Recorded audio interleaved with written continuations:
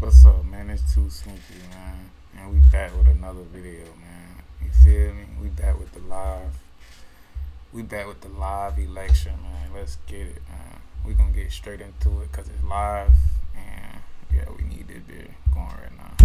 Republican governor there after 2020. Trump and Kemp made amends, although they rarely appeared together on the campaign trail. The two singing from the same hymnal in the race's closing weeks, along with a lot of these other Trump candidates, could be helpful to Trump in that state.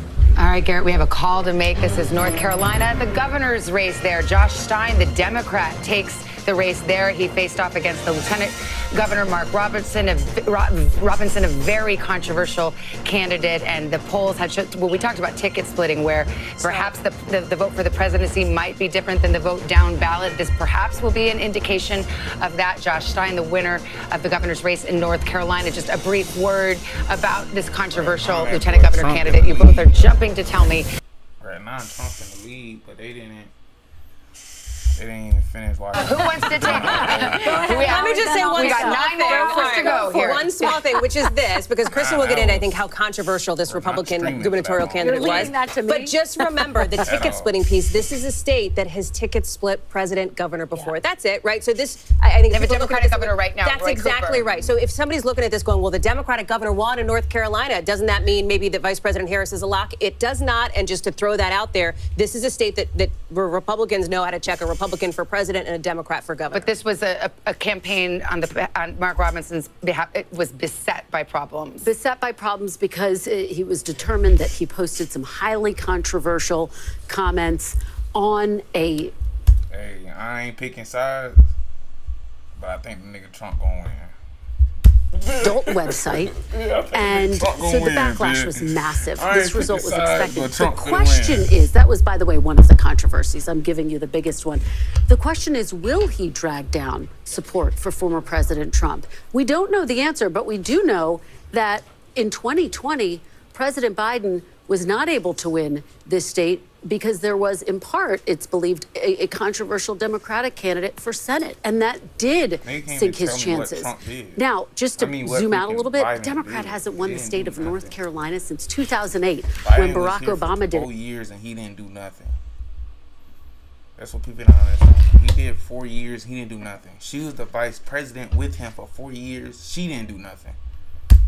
Trump added 3 campaign stops in these closing days of the race. Spent the whole weekend there, 3 days straight in North Carolina. How important this state is to his path. Also, a sense that it might have been slipping away and trying to shore up. Absolutely. North Carolina was very, very tight in 2022. Trump won it, but it was right up there in terms of narrow margins. Which absolutely. And it's a good reminder that even if the electoral vote count ultimately has a pretty wide gap, these margins can be very tight, and those electoral votes, listen, they all go to the winner, right? So that's what matters here in a state like North Carolina. Well, we already talked to Garrett Haake, who was in West Palm at Trump headquarters. Let's go over to Peter Alexander. He's at the Harris headquarters in Washington. Hey, Savannah, you just heard from Garrett a moment ago talking about how Donald Trump's team seems to be satisfied that he is doing a bit better with those Black and Latino voters right now. Similarly, the Harris campaign feels good that she is outperforming with white voters over Joe Biden's performance with them in some of our early exit poll indications in parts of the country right now. One thing they're keeping an eye on. Another thing I'm hearing from senior officials within the campaign as they get ready to start the program here is that they are seeing really good enthusiasm among those youngest voters, those college students in particular right now. They're talking about long lines. You know what? Let me do this. They're starting the Star-Spangled Banner. I'll give it back to you with respect to our country, then we'll come back in a moment. All right, Peter, that is Harris headquarters in Washington, D.C. We've got Tom Llamas over at the big board. Yeah, we're talking Georgia, right? Because it is so close. That's a reminder here. We're talking about Democrats feeling a little hopeful in North Carolina, Republicans feeling a little better about Georgia. If they swap, right, if Democrats win North Carolina and Republicans win Georgia, they're both 16 electoral votes. We're back to square one where we were in 2020. Let's talk about Georgia tonight, because what we're seeing is both camps are overperforming. So it's going to be a nail biter. Remember, in 2020, it came down to about 12,000 votes, a little under that. Let's start in Atlanta, the metro region. Cobb County, we have 57% of the vote in. And let's see how Biden did, 56%. This is actually, Cobb County tells the story of the Atlanta metro region. Newt Gingrich represented Cobb County, and look how Democrats have been able to run up the score. From Romney in 2012, Clinton flips it, and look how they're growing the margins. And tonight, that's exactly what Kamala Harris is doing. She's growing the margins in Cobb County. Let's go around. Let's see what we have in Fulton. Fulton, 53%. Let's see how that compares to Biden, 72. She's holding her own around the Atlanta metro region. Let's see over here. Gwinnett, we only have about 1% in, not really worth a discussion there. Clayton County, 70% in, slightly overperforming Biden. That's pretty good. We'll keep moving. Henry County, 1% in. This is one of those swing counties we can talk about. 1% in. I don't know how much we're going to be able to say there. Rockdale County, again, those Atlanta suburbs, 77% of the vote in. She's overperforming there. Okay, that's Harris. That's the Democrats. Let's go to these rural regions. Rabun, 95% in. Trump at 78 in 2020. He's at 78 right now. You can see he's holding his marks. Union County, a little bit lower, but again, he's around the 80% mark where he should be, and overperforming in White County. Again, those are the rural counties.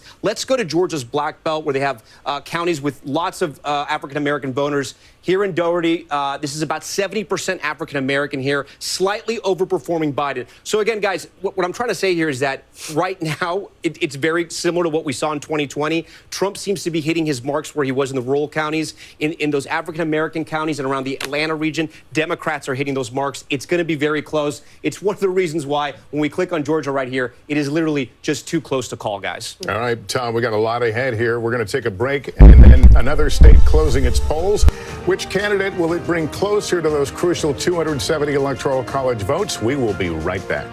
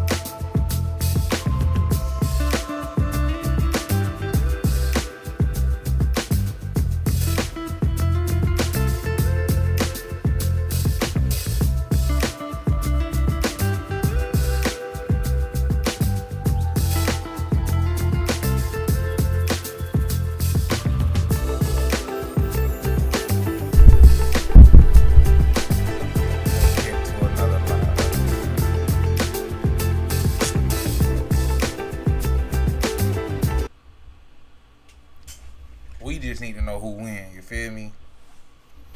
That's all we need for real. Watching from Austria, of course, here on your channel, as appreciate your clear and objective approach to the subjective territory of politics. Love your interviews and your sense of humor. Nina, great to see you. I know it's a very late night there. Oh, no, I did this one last time.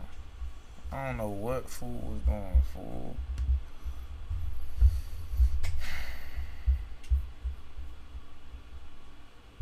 ABC News Now. I thought it was 8:20 in the east, 5:20 in the west. We've got some major battlegrounds close their polls, and the votes are being counted as we speak. That's the road to 270, filling out a bit with some predictable wins and losses in this country. But let's go to the battlegrounds. Virginia is too early to call, just 33% of the vote in. We'll continue to watch it. Ohio, the polls have closed there. It is too early to call, although that once battleground is now more a reliably red state. We'll see how that shakes out. Pennsylvania, stop me if you've heard Pennsylvania very much during this campaign season. It may all hinge on the Commonwealth. Too early to call there. And in Georgia, we have characterized this as too close to call. So we are about halfway through the vote counting there, 50% in. And though you see that margin, depending on where the votes are coming from, it is our expectation that right now this vote in Georgia's 16 electoral votes, just too close to call. All right, let's go over to Hallie Jackson with some new exit polling information on the gender gap. So this has been a storyline we're talking about all night, right? We say it, Savannah, Lester, you both said it, the battle of the sexes, men versus women. It gets a little bit more complicated at that, but let's start with the gender gap nationally here. And you can see it absolutely still exists. So these are our exit polls nationally based on gender. You can see, obviously, this is just the vote here. Women, 53%, 47% men. Typically what we might see when you get into vote. Well, everybody did. Most of them, she really, the other girl, what her name is, Kamala Harris, whatever her name is, fool. She really got a lot of females just because she's a female, and I don't know why females did that. Like most females, like females who don't even vote, they only voted for her just because she's a female. like white people, black people, expanding every single female, every race. She only got a lot of female just because she's a female. And we should not be doing that, fool. We should not be doing that at all, fool. We don't care if she was the only female, fool. She does not deserve the thing then, just because she's a female. We need more information for that. I'm going to ask our team to pull that up. You are seeing that more women are backing Vice President Harris. More men are backing former President Trump. Fool. More women, 55% for Harris, Trump 43%. You gotta put this in, like, people worrying about us, worrying about as, like, benefits and money, fool. You gotta put this in, like, a war side, like, you gotta put this, like, in a war eyes, fool. If we go to war right now, and Kamala was president, you think we gonna win that war? You think she gonna press the button?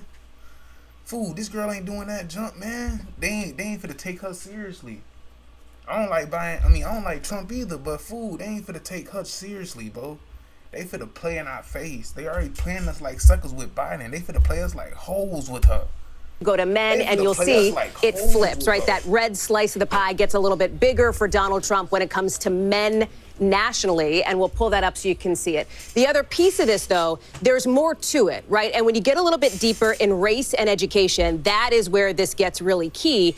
And for that, you look at white college-educated women. We've been talking about this demographic a lot here in some of these key swing states. She is doing better with white college-educated women. Donald Trump is doing better with non-college educated white women, and that is another piece of the gender gap dynamic that's at play here. Well, somebody let me know what that means.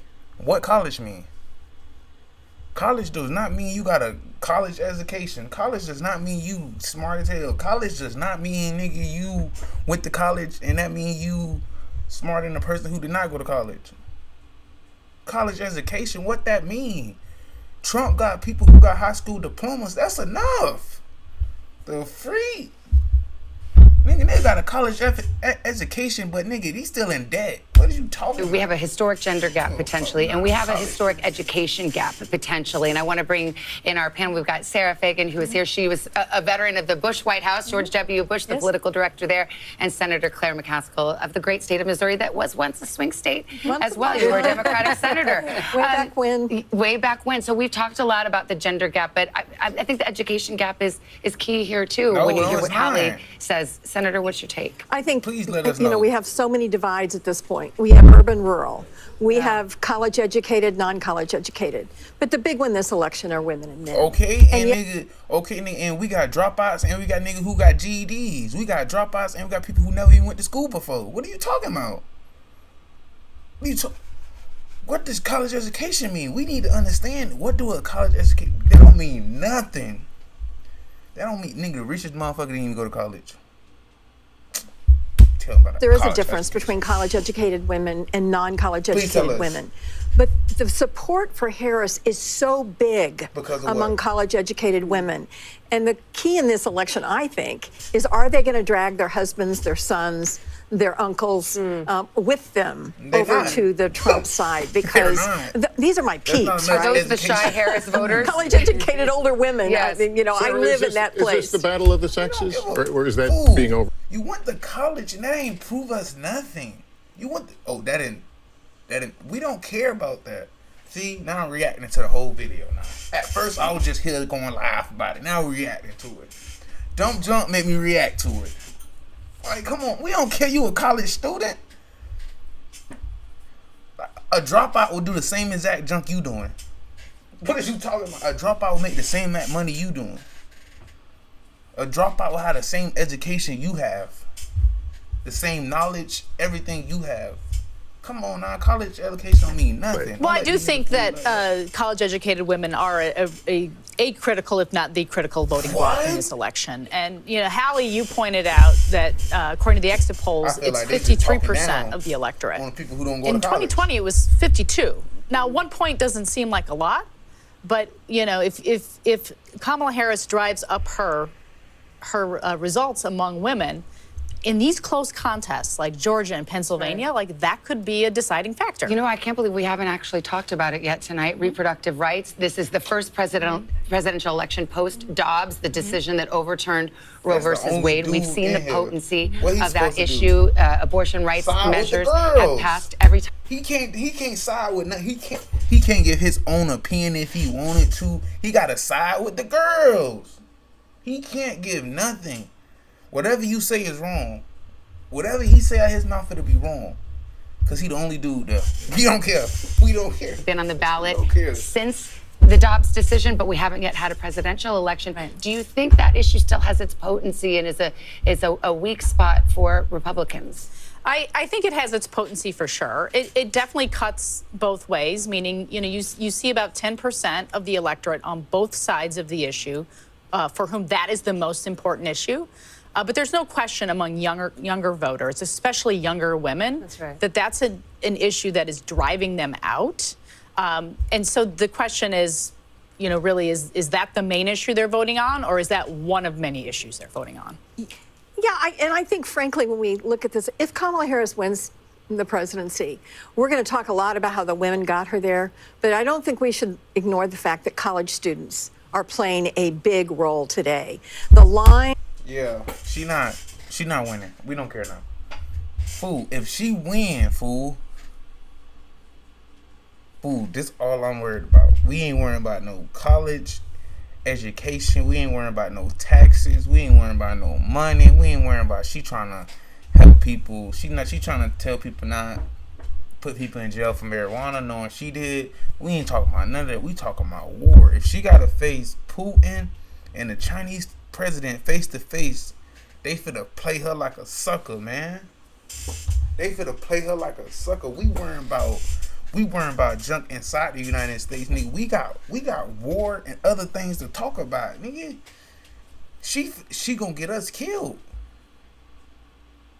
I'm trying to tell you, she gonna get us killed, fool. She play too much. Look, cause mostly everybody in the comment, like, well, everybody was in the comments like, fool, what the freak? Yeah, cause like people was like she play too much, something like that. Some people was in the comments like, what, she don't supposed to be happy or something like that. Fool, you can be happy all day. That's when people don't understand. You can be happy all day. You can smile all day, but that smiling and junk when you doing important business, nigga, like over, I don't know how many people we got here, dude. Like over like freaking 1 billion people. I don't know how much we got here. I know China got more people than us, but nigga, I don't know how much people we got here. But fool, you got all these people lives in your hand, fool. And you think playing and laughing think is a joke? Girls wanna only vote because she's a female? She gonna get us killed, fool. Y'all worrying about Trump, fool. If Putin give us any threats, fool. If the Chinese president give us any threats, we gonna die. She can't save us. She finna play, fool. She play too much. And playing get people, it ain't one time. The person can't tell me one time playing save somebody.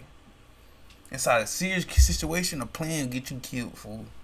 Don't ever let a nigga lie you like that, fool. At college campuses right now, whether you're in North Carolina or Pennsylvania or Wisconsin or Nevada, on the ground. I've talked to the team that's running the ground game in all of these states. They have never seen this kind of response on college campuses. So we may have a divide there between kids in college that are voting age and kids who aren't in college that are voting. Is that playing out just in a few states or across all states? In all of the states, they're exceeding their model on how many people are voting at these college places that are primarily college campuses. We can put up the Florida abortion ban. Remember, there are 10 states with abortion on the ballot tonight, and we can show you how Florida Amendment 4.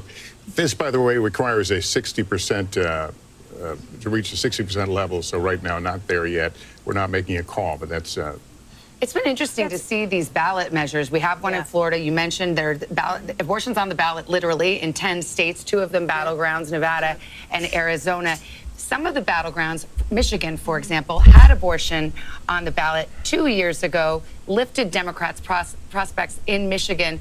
Now, is there a question in your mind, Senator McCaskill, whether or not that Democrats who might have been motivated to go to the polls on the abortion issue feel like, oh, well, it's already taken care of. People are kind of in the middle thinking, I can vote for Trump even because I think I've already taken care of this abortion question with regard to the ballot measure in a battleground like Michigan. I don't know. I think ProPublica has done such an amazing job of publicizing the deaths to women because of Trump really extreme abortion bans that are in many, many states.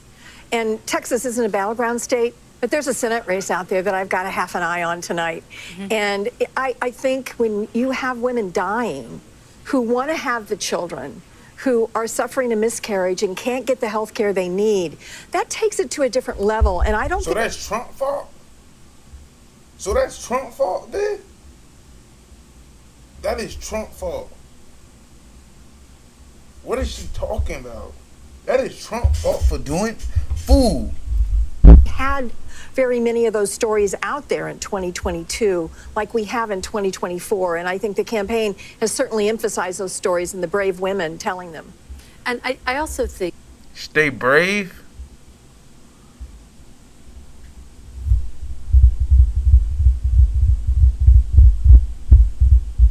So you telling me who doing the ban abortion? Trump? If Trump doing a ban abortion, y'all mad at that?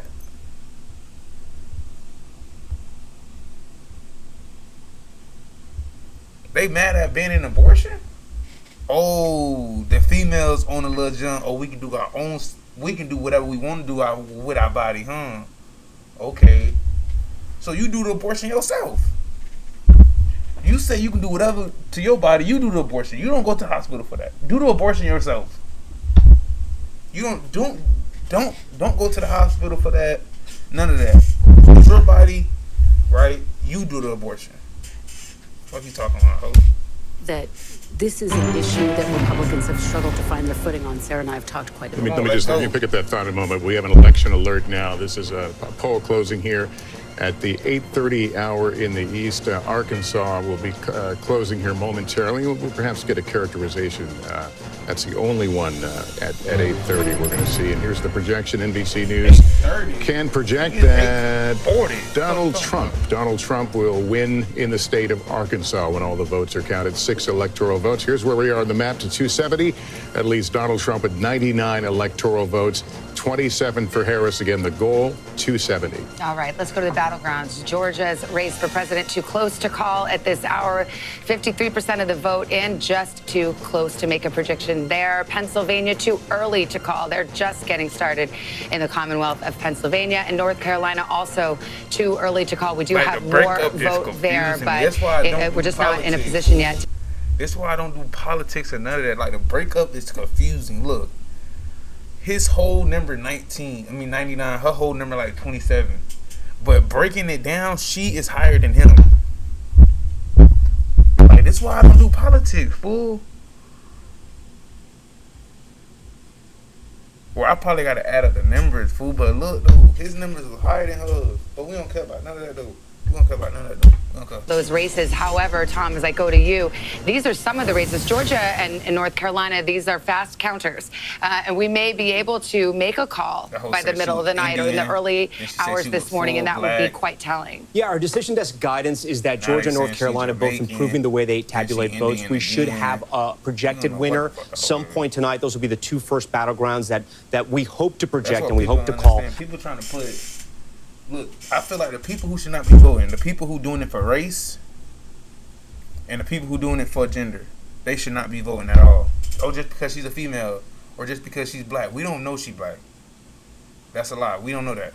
Oh, she mixed with Indian and Jamaican. We don't care. We don't care. She's not black. But she got Indian and Jamaican in her. We don't care. Man. You go to Jamaicans, I got Indian and Jamaican in me. We don't care if they use Indian. We don't care about none of that. What you look like, Mo? Damn sure don't look black. You talking about? I don't care about that. The 2 things people should not be voting. Them 2 people, if you got any of them 2 things, because she's black or her race, should not be voting. I mean, she's her race and her color. I'm tripping. Her race and her gender. Should not be voting at all, fool. Now let's get back to it. some point earlier tonight, but we'll have to wait and see. We're ready for anything. We could be surprised by anything. I want to talk about Virginia for a little bit, and a caveat here, as Chuck Todd reminded us. Northern Virginia, the suburbs, they do sort of report late. That vote is still coming in, but we still see some troubling signs for Kamala Harris, at least in some of these counties. So Biden was at 61%. 95% of the vote is in, and I just want to highlight this. There's only about 2,800 votes remaining, so not a lot of votes going to come in. She's at 56%, 57%. 61% was where Biden was. As we keep going around, my team flagged another county. Fairfax County, she's doing fine. Prince William, though, underperforming here as well. 80% of the vote is in. Biden was at 62. She's at 58. Again, these are suburban women. Ooh, look, Biden only got that number because people thought Biden might do that jump. If we do everything back over again, Biden will only get half of that number. Biden didn't do nothing he promised. Trust me. I don't know why you're trying to compare her to Biden. And Biden was with her. Matter of fact, forget it. Biden was with her. She was with Biden. Hey, Joe, we did it, Joe. Joe, we did it. Bitch, they all need to get up. Nigga, they both didn't do nothing. Joe, we did it. Joe, we did it. They didn't do nothing. They just got the keys and sat there for 4 years straight. That's like sitting in the house and you didn't pay no rent. She didn't pay us. She didn't give us nothing. They didn't give us nothing. They was giving out. They was giving everything to the other country, fool. Russia pulled up on us twice. Russia pulled up on us twice like hoes, fool. They pulled up on us like we was suckers twice when Biden and her was vice president and Biden was the freaking president, fool. Twice. Russia pulled up on us. I feel like we suckers now. Educated, college degrees, sort of your establishment Democrats, these, and a growing area of Virginia as well. A lot of people move here for the jobs, to work in government as well.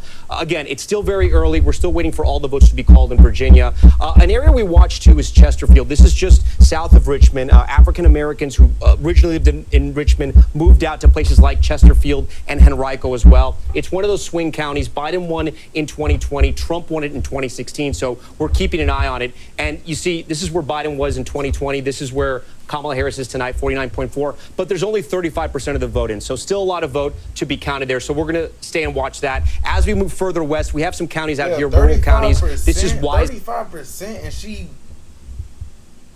she's damn near past Biden. Bid, that is good. I don't know why you even compared that bid right now. That bid was only at 35%, and she almost at Biden number. I would have not even said that on camera, baby. That bitch was too damn close. She closer than Biden before we even get to 50%.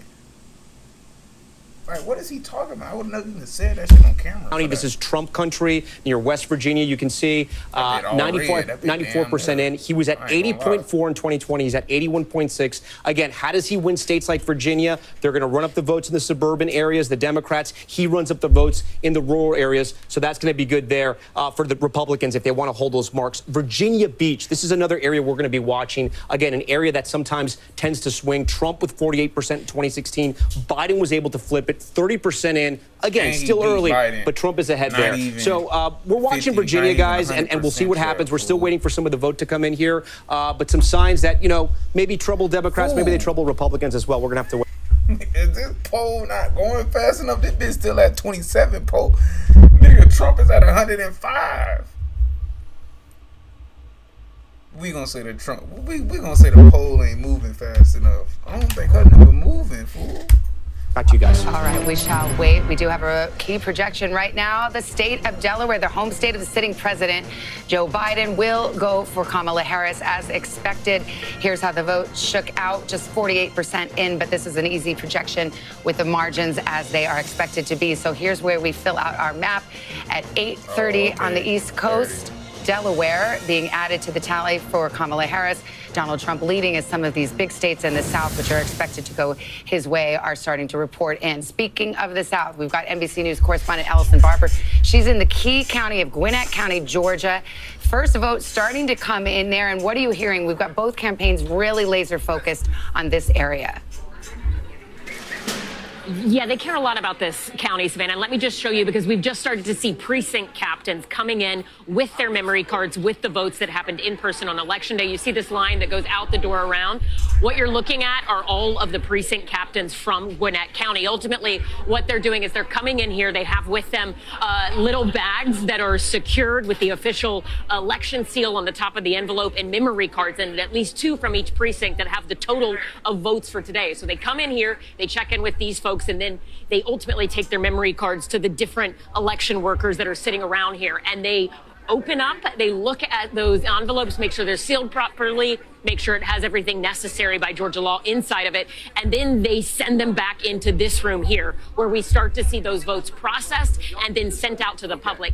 In addition to all that's happening on here, back here, and come with me, we'll weave a little through everyone here, there's more counting going on in the back. You mentioned this county is really important to both political campaigns. I will tell you why. This is a rapidly growing county in the state of Georgia. It's also incredibly diverse. It leans blue, but back in 2020, Donald Trump carried about 40% of the vote in Gwinnett County. And ultimately, what Republicans in the Trump campaign were looking for tonight is to see if they could increase turnout just enough where they run up the margins by a few percentage points and hold on to Republican strongholds in the state, and then are maybe well positioned to carry this state.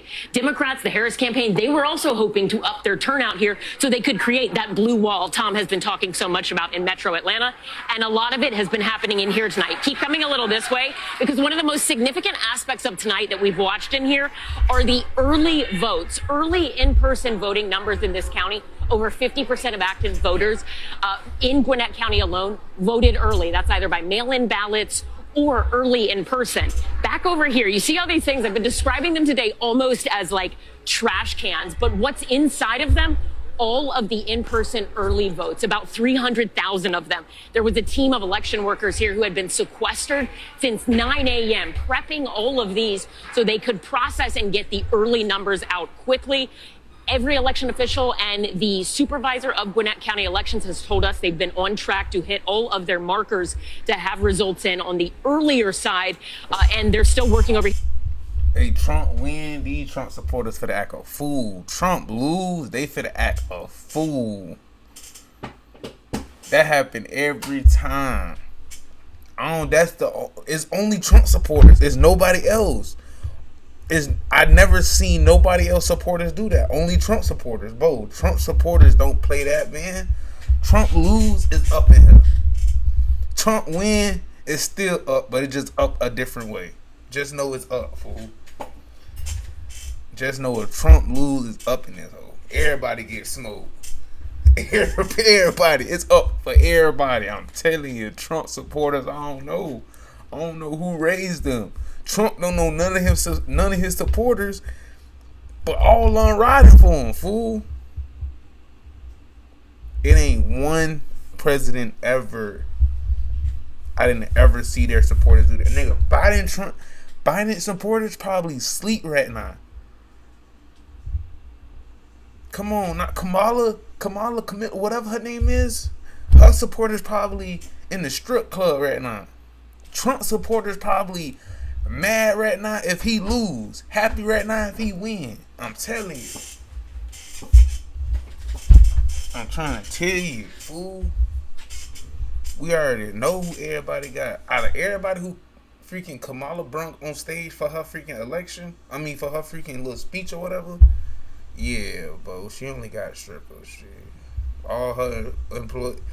Nigga said high school education. Shoot. It ain't one person she brung on stage who had a high school education. I ain't gonna say Trump. Who had a college education. I ain't gonna say Trump did too, but Trump don't give a fuck about the college job. Shoot. This is where the mail-in ballots will come through and are coming through, and they're sorting all of those.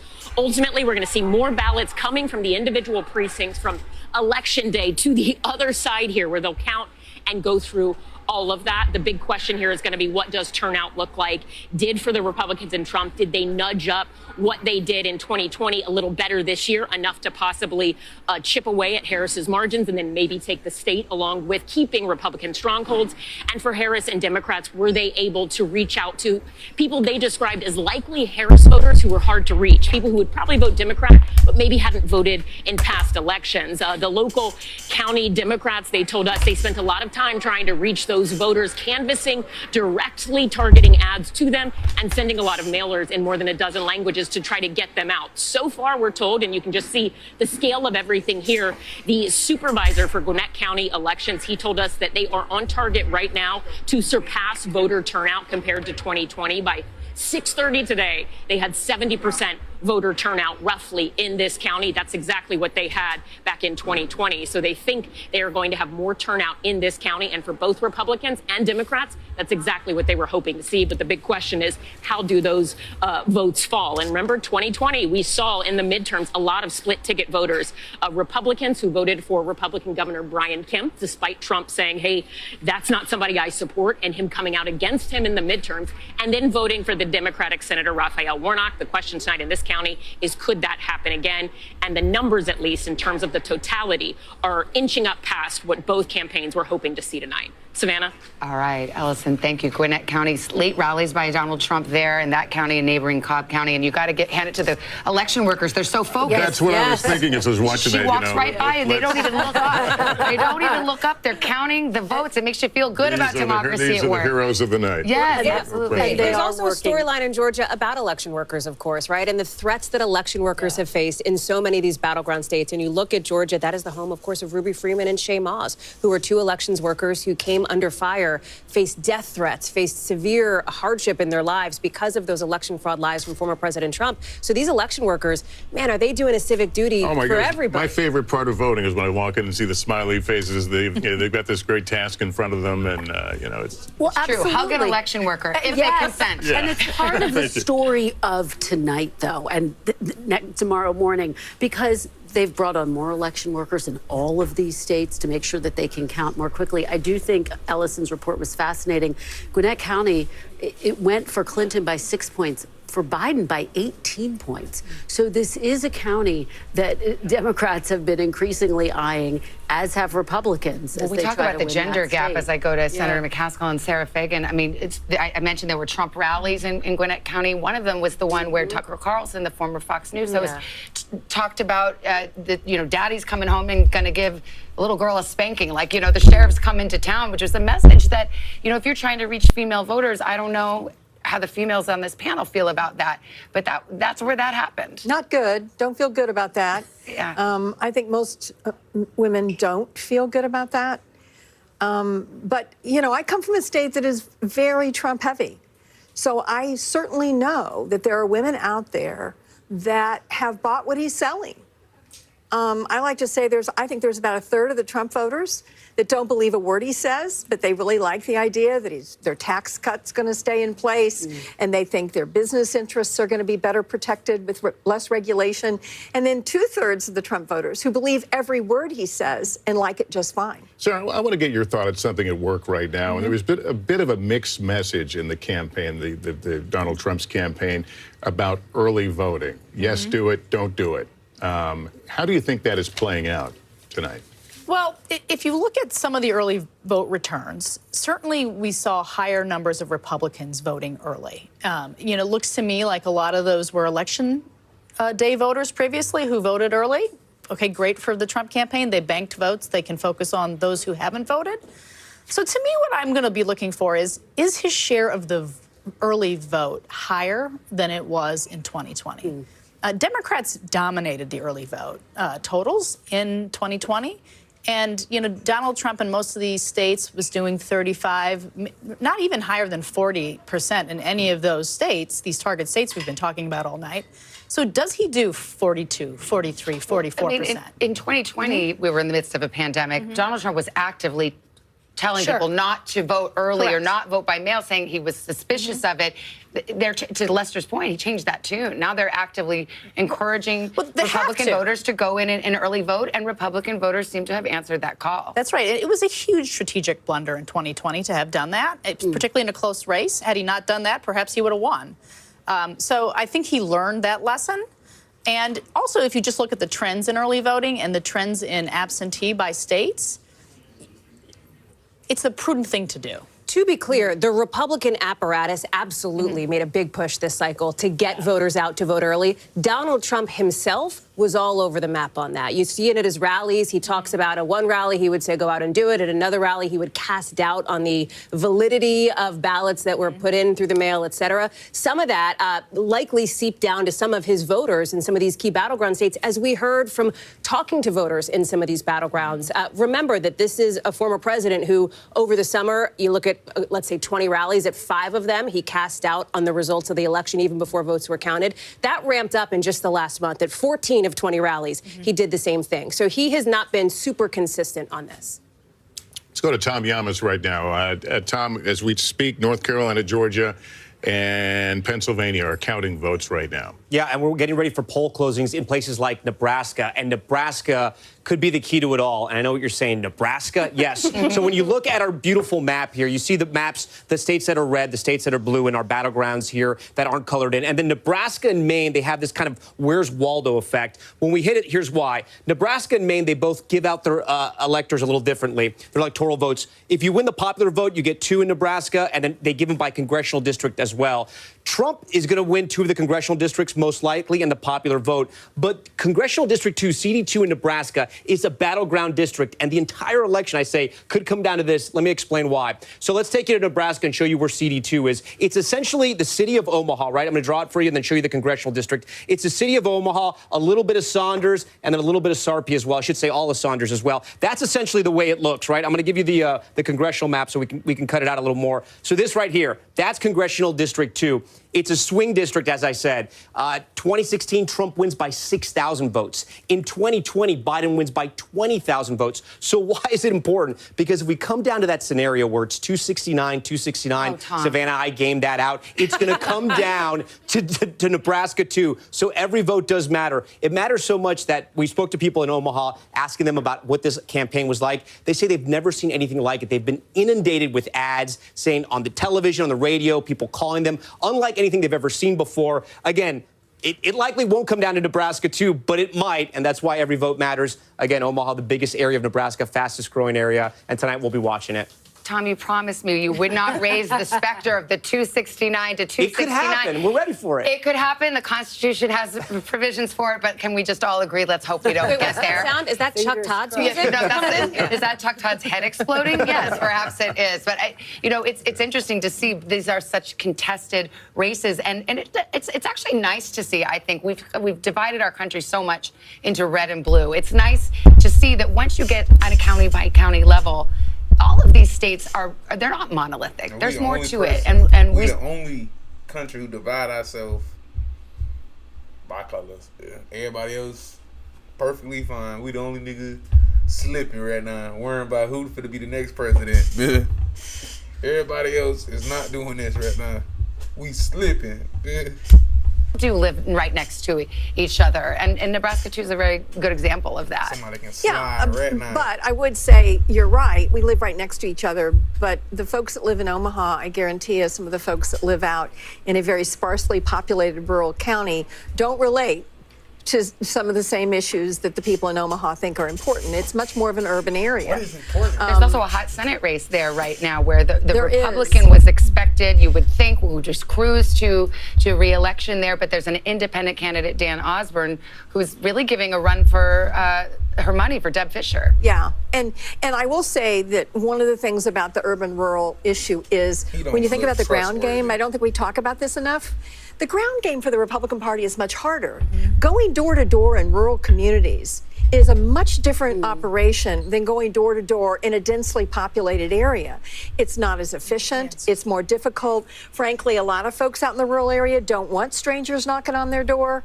They're not used to having people they don't recognize coming up the driveway 2 miles down from their nearest neighbor.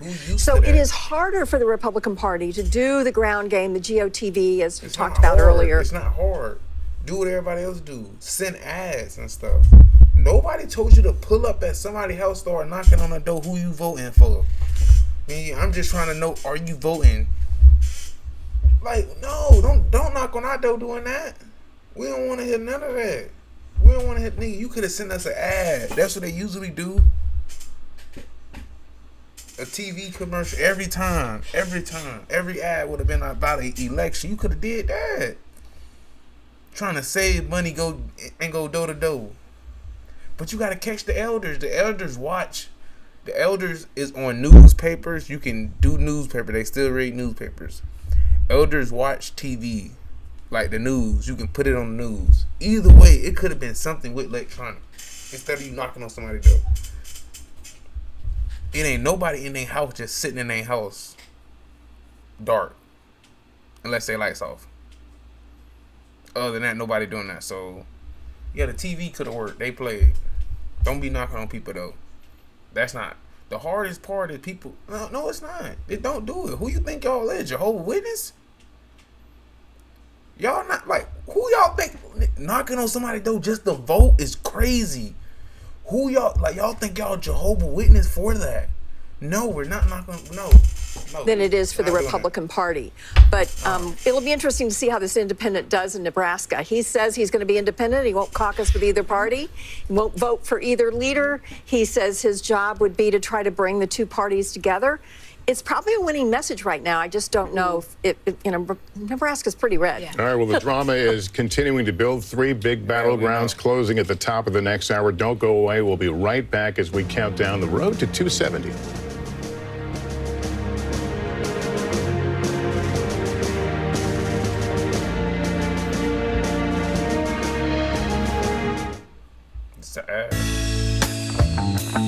Yeah, we not here for that. Yeah, we're not. I don't know should I stream this bit until it get done? That's a lot of streaming. I don't even stream for real. You feel me? Or if I just stream for a little minute. I don't know. But I still gotta stream my buddy channel, so I might just for like 30 minutes. I'm gonna drop this one tonight. Just because, yeah, and I'm gonna drop the one of the night. So at 12 o'clock, I'm most likely gonna drop this one and the winner. Yeah, you know how it is.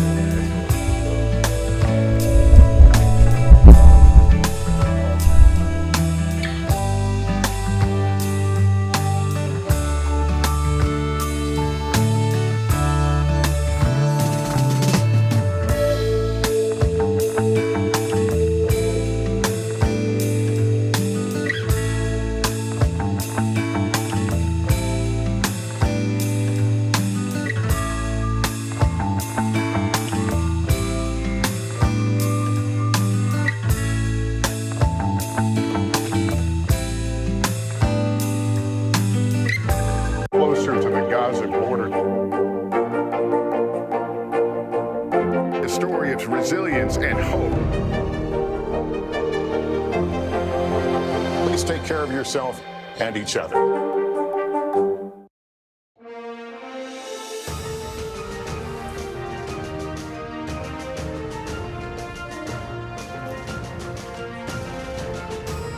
Welcome back. It's election night in America, and we're just getting started. Almost 9 o'clock here in the East. We're going to have a bunch of poll closing. 3 big battlegrounds that will close. They are make or break races on the road to 270. We're talking about the presidential race a lot for good reason. As I turn to Kristen Walker and Hallie Jackson, there is also hanging in the balance tonight, the balance of power. Who controls Congress? Who controls the Senate? Who controls the House? And we've got some results there. That's right. And Republicans need 2 seats to win control of the Senate. So far, they have one pickup. So let's go to the board. We'll show you where things stand right now. In West Virginia, as we have already reported, Jim Justice has won this seat after Senator Joe Manchin, who was a Democrat, who then switched to an independent, announced he was not running for re-election. This is expected. It is the first Republican pickup, so that makes this significant. We can call that Rick Scott has held on to his Senate seat in Florida handily. He first won this seat back in 2018. This was one of these races where reproductive rights was a big issue.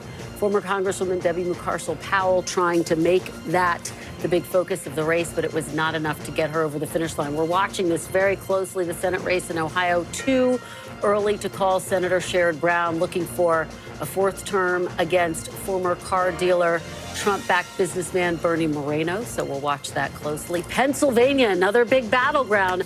Senator Bob Casey with 67% of the vote. Dave McCormick with 30.4% of the vote. Too early to call with just 13% in. Let's take a look at the big picture here. Again, Republicans have now picked up one seat for the Senate at this hour, 42 to 33. We'll continue to watch this very quickly. Hallie, taking a step back, the Republicans need 2 seats, and this is a map that is very difficult for Democrats to hold on to their Senate races. They're on defense in a lot of these states. Yeah, and the reason for that is likely Montana. This is the other pickup that Republicans feel very confident about. They think they'll be able to get. I will tell you that Ohio Senate race being too early to call is interesting. I talked with one Senate Republican source who said, you know, they would have loved to see that call an hour ago, right? They would have loved to have had that in the bag, these 2-seat pickups earlier in the night, Savannah. But we'll wait and see how this one goes. Okay, we are just coming up the top of the hour. We're going to have some major battleground poll closings coming up. And we Michigan continue to and Wisconsin, Arizona, all coming up. So this is the drama beginning to clearly build right now. The votes are being counted. And again, we'll get those closings here very shortly. Let's check back into the presidential race and the road to 270.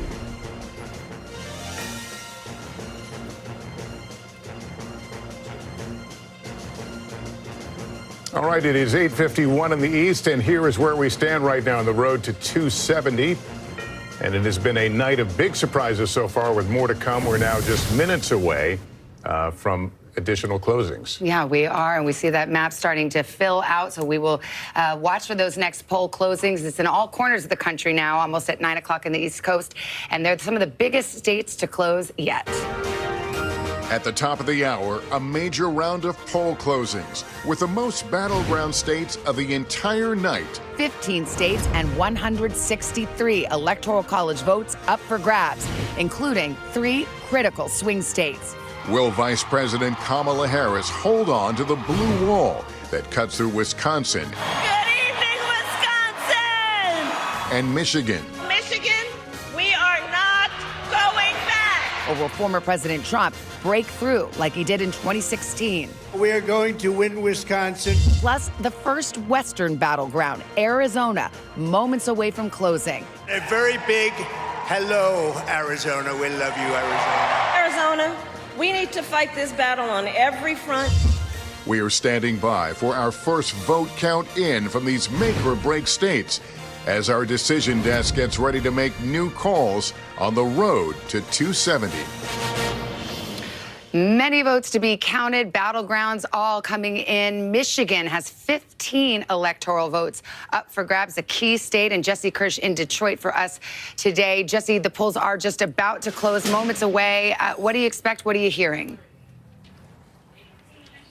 Yeah, so Savannah, statewide, they close at 9 p.m. Eastern, but here in Detroit, in the East Coast time zone, the polls have been closed for almost an hour. You can see this ballot drop box is sealed off here. However, despite all of that, we're going to move down the block here. This is the city elections office. And what we've got going on here is people who have been in line well past when the polls officially closed to continue registering to vote. And inside, it appears we do still have some people in that line. We had people telling us they'd waited in line for around 4 hours. One young woman told us that she almost got out of line because of that duration, dealing with logistics as well as just waiting to be able to register to vote, but was ultimately able to do so. Someone else told us that they got out of line because of the wait. If people got in line by 8 p.m. Eastern time and they closed the doors here at that time, people were going to be allowed to go through the registration process. And it seems people are still going through that at this hour. This is a traditional Democratic stronghold, the city of Detroit. However, when we've spoken to GOP operatives in the state, they tell us that they see Vice President Harris's base as, quote, crumbling because of various headwinds. However, there are other potential headwinds that could send traditionally Republican voters toward the vice president. We will have a clearer answer as those results start coming in at 9 p.m. Eastern. Savannah, back to you. And we'll get a better idea about turnout, too, which is all important for the Harris campaign in Detroit and also those collar counties. Well, we want to switch over. Let's go to Arizona, the Mountain West. Polls closed. Gotti Schwartz, they're outside a polling place. Have you seen a lot of crowds? Yeah, polls close in about 6 minutes here. This is the end of the line, and this is about a 60 to 70 minute wait here. So you got the people that are at the end of the line right now, probably about 300 to 400 people in front of them. You're noticing a lot of MAGA hats here talking about the gender divide. Gender divide is very much in play here at Arizona State University, and there's been so much talk about low propensity voters. One of the things that we've been noticing here and talking to students about is the involvement of fraternities. Normally, fraternities, they may not be organizing and may not be turning out to vote as much as you'd expect, but here at the ASU campus, it does seem like the fraternities have been involved in turning out the vote, and those that we've been talking to say that they are turning out for former President Donald Trump. We've also talked to a lot of other students that have been coming out for policy issues. There are several props. The issue of abortion is extremely important in turning out the vote. Immigration is also important, but I gotta say, just eavesdropping what people have been talking about in line, it's been surprising how often the topic of the Joe Rogan podcast keeps coming up. We've talked to several students now who say that they listened to that Joe Rogan podcast with the former president, and that was the deciding factor for them.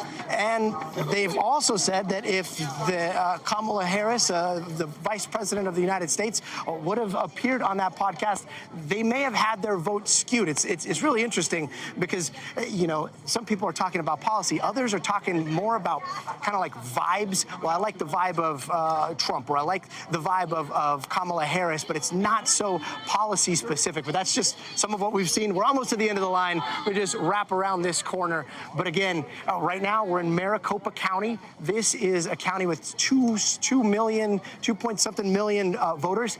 ASU has 74,000 students here, most of them voting age. So what we see here at Arizona is going to be very important in this election.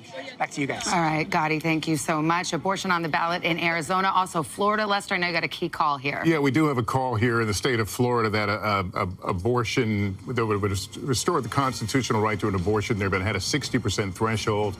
It will not clear it. So amendment for right to abortion will go down in defeat. 86% of the vote in there. Let's. This is super interesting. I'll just drop in here to say this. Okay, it was yes to protect in Florida, but you are seeing it needed a 60% threshold, as you said, Lester. This would be the first ballot initiative that we've seen anywhere in the country since the overturning of Roe versus Wade that has failed. However, but it had a higher bar. The other ballot initiatives were not this high of a threshold here. And I see you want to jump in. No, it's just the same number. Right, it was 57, 58 in Ohio, 57, 58 in Kansas. I mean, I think we know what the number is. Ironically, I've talked to some Florida Republicans who secretly had hoped this would pass, because now Florida elected officials in 2026, which is their big election year, they will have to face the voters on a 6-week ban. And then suddenly that will sort of upend just the state's politics. Yeah. But Ron there's clearly DeSantis actively campaigned against this amendment which is and he used the government power. It's going to create an interesting, there's going to be a fascinating, if the Democratic Party ever wants to have a chance in Florida again, they're going to get an opportunity, ironically, because this thing went down tonight. Think about how complicated this was for former President Trump. I asked him about this. He said it went too far. And then he was asked about it repeatedly throughout the course of this campaign. Well, how are you going to vote on this? And he was shifting his positions in the weeks leading up to this very vote. So it sort of underscores the point that Chuck's making. This is a very complicated issue. This issue has Republicans in knots and Donald Trump in knots, and now it lives to see another day in Florida. And this is why the vice president and her team have been pushing on this issue. It is on the ballot as well in Arizona and Nevada. Trump orbit folks that I'm talking to think that there is a likelihood of perhaps ticket splitters in those states, people who will back these abortion ballot initiatives, but who will also back former President Trump. But you have seen the vice president hammer this in the state of Georgia. She went to the state of Texas, which nobody really thinks is going to flip blue on the presidential race, but she wanted to use it as a stage to highlight that state's controversial restrictive abortion law. She did it in Georgia with Amber Thurman, and in Florida, she talks about it as a place that she is concerned about. We don't have a ton of time because we're coming up on a poll closing. But in Iowa, whose polls are going to close, there was a late election poll. Iowa just had a very restrictive abortion ban passed. And this shock poll on the eve of the election had Kamala Harris carrying a red state. So it's just a very potent issue. Not to overread into it, but it is an indicator perhaps. And the pollster there, Gold Standard pollster, thought perhaps the abortion issue was motivating these older white women, right? A demographic we've been watching tonight. And Chuck, well, let's go to the election and we'll move right here. As we get some more poll closings here, we can give a few more characterizations. In just 3 seconds, all of these states will see their polls closed, and we'll begin counting the votes. Here is state of Texas, which we were just talking about. Donald Trump will win in the state of Texas when all the votes are counted. NBC News projects that Donald Trump will also win in North Dakota tonight. South Dakota, same story. That will also go into the Donald Trump column this evening. We move to the state of Wyoming. In 3 electoral votes at stake, Donald Trump, the projected winner in Wyoming. Here's the map. The road to 270 now getting interesting. 154 for Donald Trump, 30. Ooh. Nigga, this ain't no football game, nigga. This ain't no football game, man. You can't come back up, man. I'm trying to tell you right now, man. This ain't no basketball game. It ain't no, yeah, she can come back in the league. They can count some more. Nah, nigga. There's no way we counted all these, and we counted all these, and we get somewhere else and count all these, and them all Harris. I mean, you feel me? Them all Kamala or whatever her name is, fool. This ain't coming up, fool. He went up by 50. She didn't move up nothing. For Kamala Harris.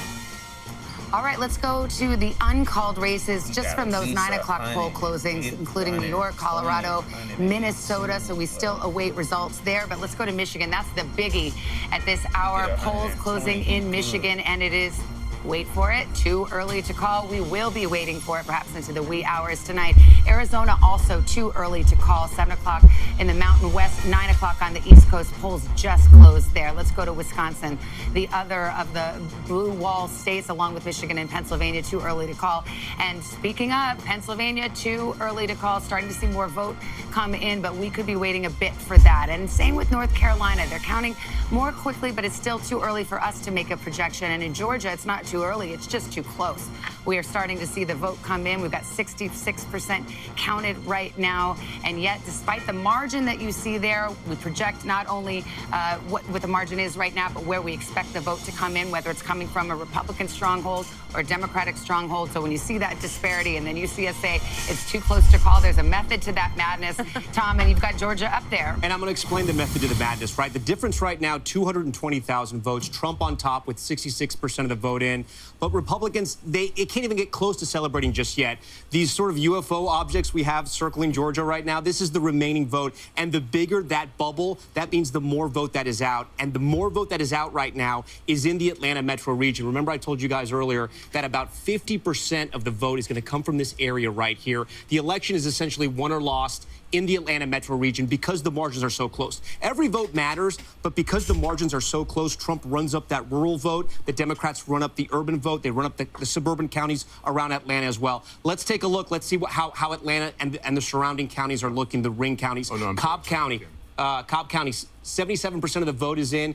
Harris slightly overperforming where Biden was in 2020. Let's go over to Fulton County. This is where Atlanta is. A huge county for Democrats here. She's about where Biden was, 72% of the vote in. She can catch up and bring that up.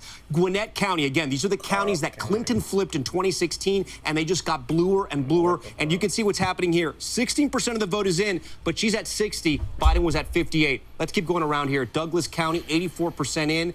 Here we go. Harris overperforming in that county. We'll come a little further out. Rockdale County would kind of move a little out the suburbs, the exurbs, if you will. 69%. Look at where Harris is tonight. 74%. She's running up that vote in the Atlanta metro region. If she can keep that momentum going, she could possibly take the state of Georgia. But again, we got to wait and see. I want to see how Trump is doing in some of his rural counties. 78%, 95% of the vote is in. So 78% in 2020. He's at 78 right now. Let me go to neighboring Towns County right here, 81. Hey, he was at 78.1. Now he at 78.2. You got to put everything in there, nigga.